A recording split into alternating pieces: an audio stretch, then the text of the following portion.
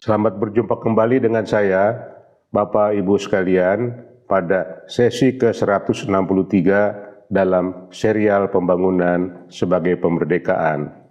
Bapak Ibu sekalian, pada sesi ke-162, saya menyampaikan suatu pandangan bahwa pembangunan pangan atau pembangunan secara keseluruhan itu akan sukses apabila dasarnya adalah keunikan-keunikan. Artinya, kita perlu membangun daya adaptasi terhadap keunikan-keunikan di mana kita berada, alam di mana kita berada. Seperti bangsa-bangsa temperate, mereka membangun daya adaptasi yang kuat terhadap keunikan-keunikan musim dingin.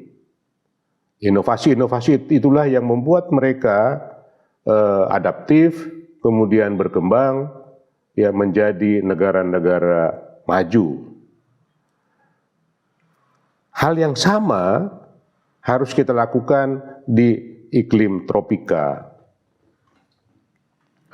Bapak Ibu sekalian, pada konteks ini, pada konteks pangan, ya, dasarnya beda.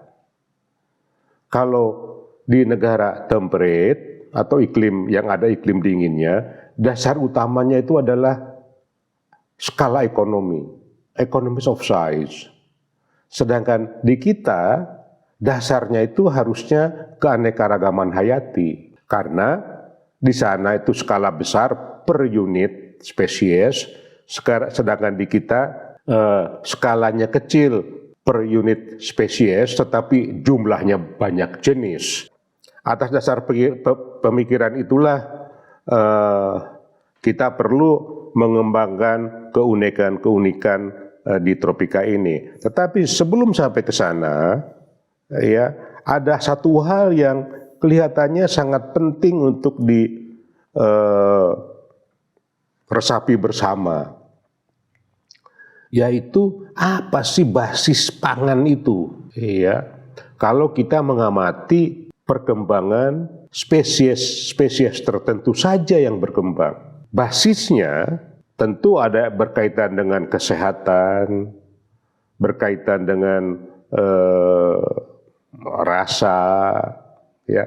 Tetapi yang tidak kalah pentingnya, ya, basis pangan apalagi sekarang yang dikembangkan oleh industri-industri besar pangan adalah addiction, ketagihan. Nah, kalau kita mulai masuk dari aspek ini, maka konsep pemerdekaan dari suatu ketagihan, ya, itu menjadi penting. Misalnya, mengapa orang Asia sehari 3 kali makan nasi tidak bosan-bosan?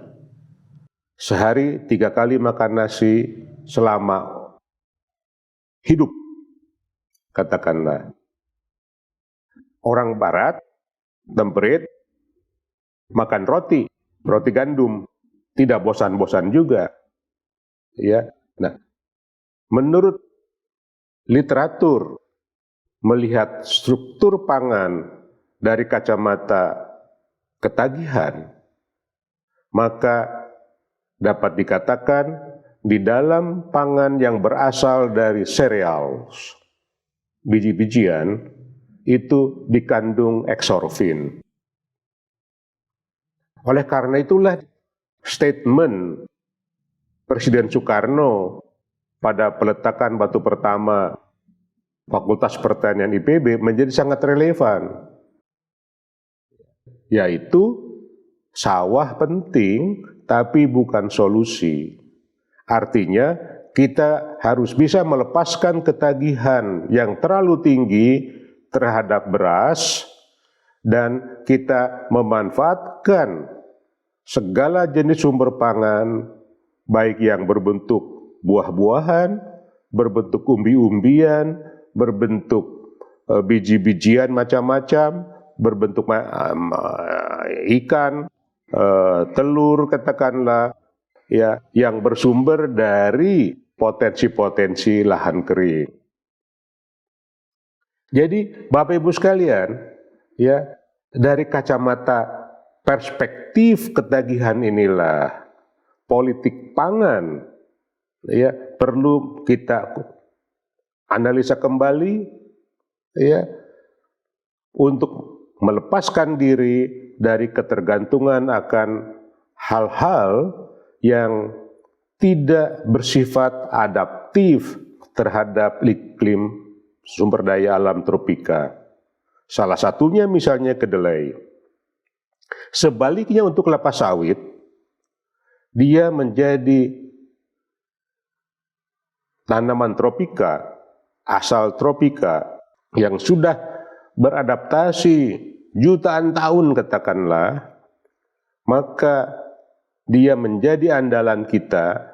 Tetapi satu hal juga, jangan sampai vitamin A, vitamin E-nya yang ada di dalam minyak sawit terbuang percuma, dimubazirkan. Jadi Bapak Ibu sekalian, pada sesi ke-163 ini, satu saja yang ingin saya simpulkan, bahwa selama kita belum bisa melepaskan politik pangan ketagihan, maka inovasi-inovasi mengenai pangan ya akan dikalahkan, khususnya dengan cepatnya nanti keputusan mengimpor pangan. Bukan mengembangkan daya adaptasi, daya inovasi di tropika untuk melepaskan ketergantungan pangan, tetapi politik ketagihan akan mempercepat, meningkatkan ketergantungan kita kepada impor pangan. Demikian, terima kasih atas perhatian Bapak dan Ibu sekalian.